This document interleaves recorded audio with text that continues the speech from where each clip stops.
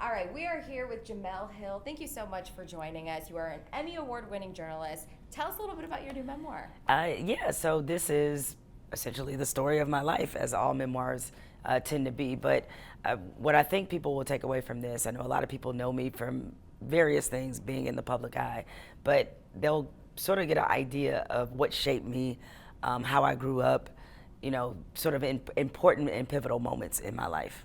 And for you, I mean, what inspired you to do it, and what do you think you learned most, even about yourself in this? So I think once I made the decision to do a memoir, and this is originally not the type of book I would have wanted for my first book. I really want to write fiction, but nevertheless, the market spoke, and so here we are. But once I made that decision to commit to a memoir, I wanted to, I wanted to make sure that I was very transparent and sort of left everything that needed to be said out there, because I know a lot of people sometimes read memoirs by celebrities or people with high profiles and they walk away feeling a little unsatisfied, feeling as if the person didn't share as much as they should, or maybe they just wrote it trying to look good. I didn't want to do that. I wanted people to get the raw, honest me. And so in the process of learning that, I learned a lot about my family. I learned a lot about maybe different traumas I had and hadn't fully unpacked. And, I just learned a lot about what it takes when you invest something into something so personally, So this is definitely a different kind of writing because I've never written anything this vulnerable or this raw. What is the meaning behind the title? So I did not come up with this title. I got to be fully honest. Yeah. I didn't. I had a different title in mind. Okay. And my book publisher thought the title I had in mind was too negative. They wanted something a little more hopeful. So my book editor came up with this title and it just kind of stuck. It fit. I was just like, oh, uphill. Makes sense. So I wish I could claim credit for having this wonderful idea, but I have to give credit to her. Yeah, I mean, if for people who you want to read the memoir, what is something that you really hope they take away from that? So what I hope they take away from this is that your circumstances, regardless of how tough, how difficult, do not have to dictate the future that you see for yourself. I grew up in some very harsh circumstances, growing up in Detroit in poverty with parents who both struggled with addiction. And by all manner, based off statistically what we know about people who live in those circumstances, I'm not supposed to be here. And so I hope that people can take away from this is that, you can still, in an uncontrollable situation, still very much be in control of your future. So hopefully this gives people a little inspiration to be better. What about career-wise? I know people may look at your career and are inspired by it. And are you hoping that they take a little bit from that? Is that included in your book? Oh yeah, definitely. I mean, I was very blessed because I knew what I wanted to do when I was in high school. I knew I wanted to be a sports journalist, and everything that I've done since then has been about that. And a lot of people do not arrive at their life's work that early. But what I would say, once you figure out what you're passionate about, the old guidance counselor question is, what would you do for free, right? Like if nobody paid you, like what's the thing you're most passionate about? Whatever that is, find it, pursue it.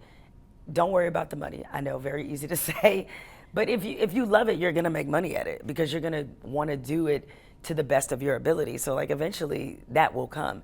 But I always tell young people, especially, is like go passion first, because there was a lot of there's a lot of engineering majors that went to college with me, and 2 years later talked to them, they weren't in engineering. They picked that because they, like a lot of us, you look at some list of top earning professions and you pick it based off that, and you're miserable. So pick something that you love. Yeah, and a follow-up to that, just, I mean, thinking about little girls growing up, and they think about, okay, I want to go into sports journalism. Mm-hmm. I mean, it's hard, not just, as a woman, but also as a woman of color. Oh, yeah. What do you tell people about the challenges you face and other people who may be on that road right now and are facing challenges themselves? So what I often say to younger journalists, especially women, and as you said, women of color, is that you have to have a sense of belonging. So surround yourself with people who give you that sense. They don't necessarily have to be in journalism, but whatever it is, make sure you have that support, because once you get in a male-dominated field, and most women, I think, are in male-dominated fields,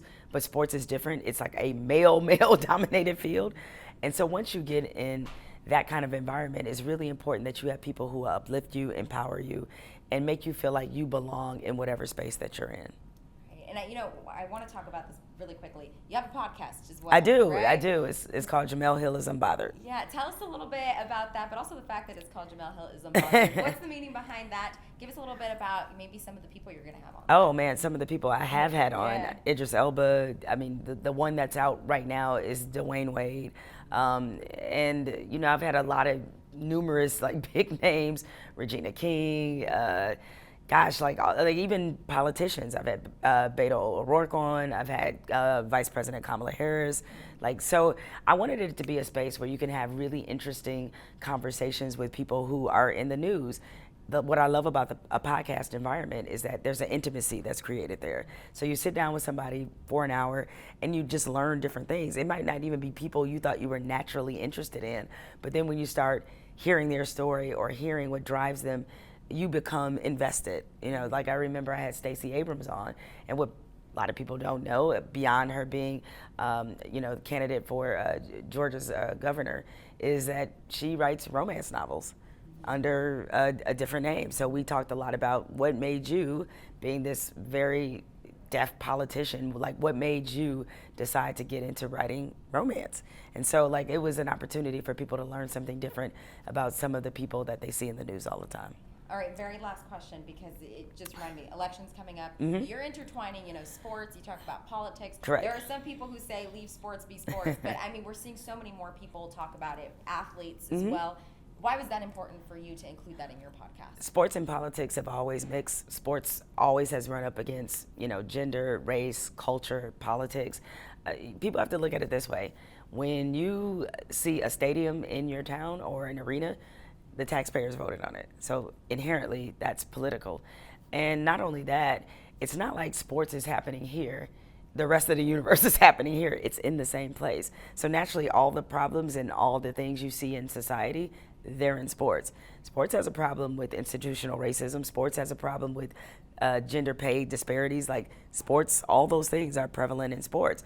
What I love about it, though, is that sports gives people an opportunity to see things differently because it's one of the few things we do together. Like, we're a very segregated society in mostly everything, but not with sports, right? Because you could be a Warriors fan and it doesn't matter what socioeconomic background you come from. You guys all love the Warriors. So maybe if Steph Curry talks about voting, you might hear it a little bit differently than you would from someone else. Well, thank you so much. Anything else you want people to know about your memoir, about your podcast? Well, what I would love people to know is that I'm going to be at City Arts and Lecture here in San Francisco at the Sidney Goldstein Theater. So for a book event, so they can come hear me talk more in depth about the book with Dr. Ibram Kendi. And of course, subscribe to the podcast. It's for free on Spotify. Jemele Hill is Unbothered. All right. Thank you so much. We appreciate it. Jemele Hill, her new memoir is out. Thanks so much for joining us. Thank you.